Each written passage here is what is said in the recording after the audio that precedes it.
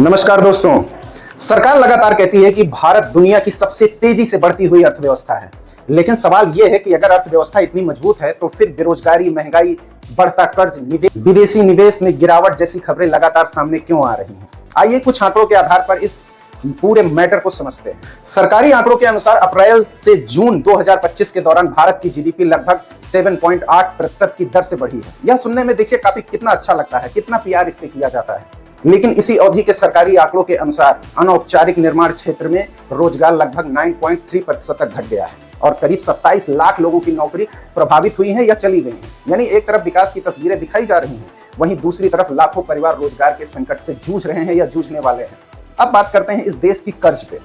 भारतीय reserve bank के अनुसार मार्च 2025 तक भारतीय परिवारों पर कुल कर्ज जीडीपी के लगभग 41.3% तक पहुंच गया था, जबकि 2021 में लगभग यह 36% ही था।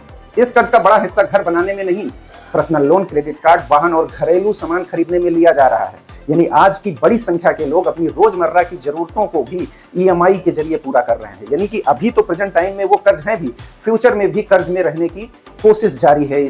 अब विदेशी निवेश की बात करते हैं। साल 2025 में विदेशी निवेशकों ने भारतीय शेयर बाजार में लगभग 1.66 ट्रिलियन रुपए निकाले थे और 2026 के पहले ही 6 महीने में लगभग 2.7 ट्रिलियन रुपए की निकासी हुई है। जब विदेशी निवेश कम होता है तो रुपए पर दबाव बढ़ता है और आयात महंगा होने लगता है।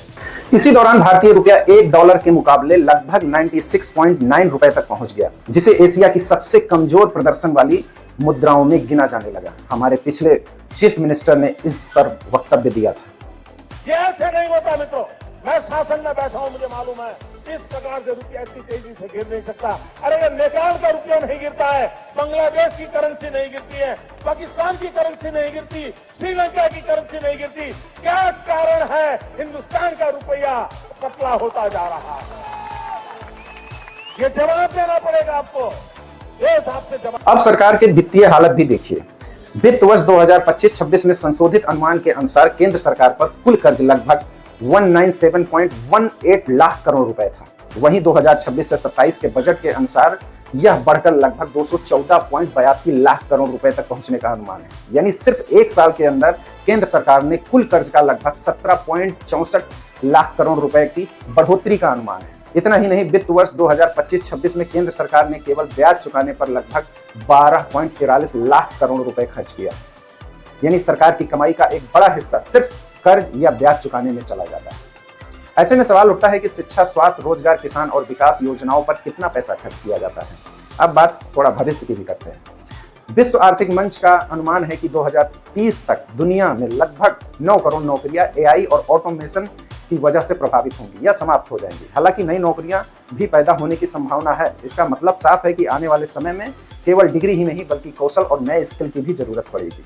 दोस्तों, किसी भी देश की अर्थव्यवस्था को सिर्फ जीडीपी से आंका नहीं जा सकता है। असल सवाल यह है कि क्या लोगों की आय बढ़ रही है, क्या रोजगार बढ़ रहे हैं, क्या महंगाई पर नियंत्रण काबू है, क्या आम आदमी बिना किसी कर्ज के सम्मानजनक जीवन जी रहा है और क्या विकास का लाभ हर समाज के अंतिम आदमी तक पहुंचाया जा रहा है।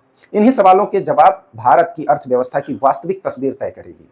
अगर आपको यह वीडियो जानकारी पूर्ण लगा हो तो वीडियो को लाइक करें, चैनल को सब्सक्राइब करें और कमेंट करके बताएं कि आपको लगता है कि भारत की अर्थव्यवस्था सही दिशा में आगे बढ़ रही है या जमीनी स्तर पर भी अभी बहुत सी चुनौतियां और काम करना बाकी है। मिलते हैं नेक्स्ट वीडियो में, तब तक के लिए जय हिंद, जय भारत।